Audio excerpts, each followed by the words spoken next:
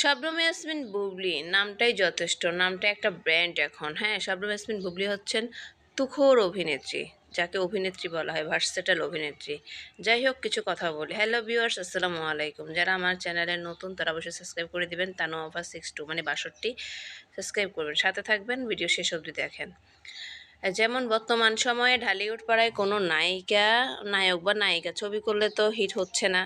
আগের মতো হলে গিয়েও তেমন কেউ ছবি দেখে না, ভালো ছবি নেই বললে হয়। এত এত নায়ক ফিল্ম ইন্ডাস্ট্রিতে, যেমন সিয়াম, শরীফুল রাজ, সাইমন, সাদিক, তারপর হচ্ছে নীরব, আদর, আজাদ, রওশন, অথচ হিট কোনো ছবি দিতে পারছে না। সেই খরা ইন্ডাস্ট্রিতে একমাত্র শাকিব খানই যুদ্ধ করে যাচ্ছে এবং সফল হচ্ছে। অপরদিকে নায়িকাদের একই অবস্থা। মাহিয়া মাহি, নুসরাত ফারিয়া, মিম, পরি, মণি, পূজা, পরিমণি, পূজা দিঘি, এদের ছবিও নেই বললেই চলে। নামমাত্র নায়িকা ওরা। এই দুর্যোগপূর্ণ অবস্থায় একমাত্র শবনম ইয়াসমিন বুবলিই টিকে আছে সেরা নায়িকা হয়ে। প্রথম সারির নায়িকা হয়ে একমাত্র নায়িকা শবনম ইয়াসমিন বুবলি। সফলতা পুরোপুরি না আসলেও এই সময় এই মুহূর্তে তিনি একমাত্র ছবি করেই যাচ্ছেন। তার হাতেই আছে বেশ কিছু ছবি। কিছু ছবির কাজও শেষ, ডাবিংও হচ্ছে। ভালো কিছু আশায়, মানে ভালো কিছু করার আশায় লড়াই করে যাচ্ছেন একাই। ভালো গল্প, ভালো পরিচালক, ভালো নায়ক পেলে অবশ্যই আমি মনে করি শবনম ইয়াসমিন বুবলি সে তার বেস্ট প্রতিভা দেখাতে পারবে। সফলতা এমনি এমনি আসে না, কষ্ট করে অর্জন করতে হয়।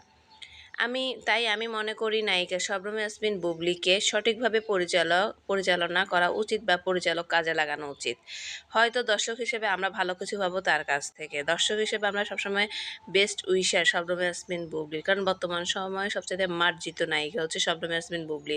নাই কোনো স্ক্যান্ডাল। তার জীবনে একটাই মানে মিস্টেক বলেন, এই মিস্টেকের কারণে কিন্তু আমরা শবনম ইয়াসমিন বুবলিকে পেয়েছি। না হলে কিন্তু নিউজ প্রেজেন্টার হিসেবে আমরা একটা পরিচিত মুখ হিসেবে পেতাম। হ্যাঁ, সাকিব ভাইয়ার চয়েস ভালো ছিল। সাকিব ভাইয়া দেখেছেন, সাকিব ভাইয়া আসলে বুঝেন আসলে কার মধ্যে কী আছে। উনি যখন নিউজ প্রেজেন্টার হিসেবে বুবলিকে দেখেন তখনই উনি পুরাই ফিদা হয়ে যান।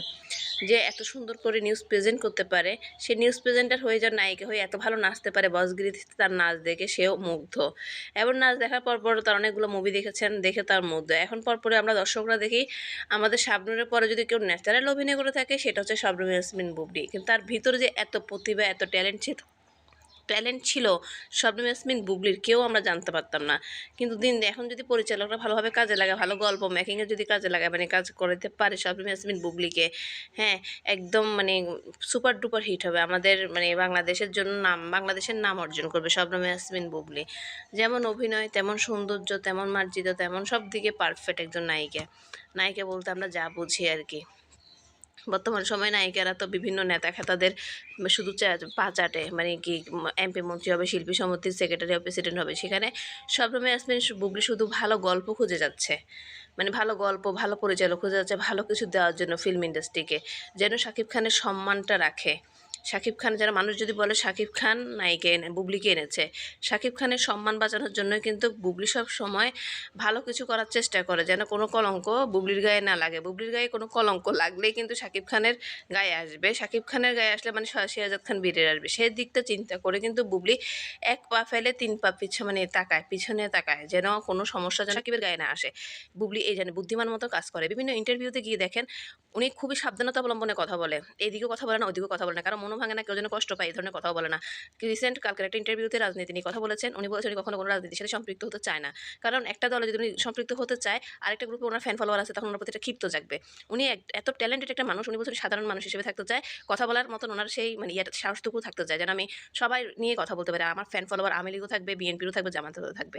তো আমি কোন গ্রুপ করবো না করবো এটা ওনার একান্ত ব্যক্তিগত ব্যাপার। কিন্তু উনি রাজনীতির সাথে একদম সরাসরি সম্পৃক্ত হবে না। এই কথাটা আমার অনেক বেশি ভালো লেগেছে। এই কথার জন্যই দর্শকের আরও প্রিয় হয়ে উঠেছেন।